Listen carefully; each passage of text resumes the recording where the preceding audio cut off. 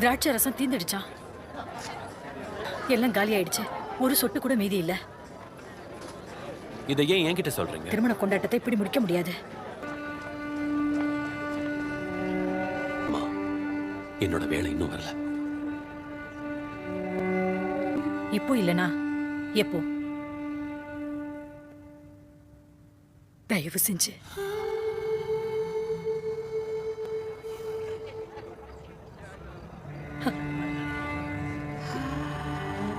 அவர் என்ன சொன்னாரோ அதுபடி செய்யுங்க.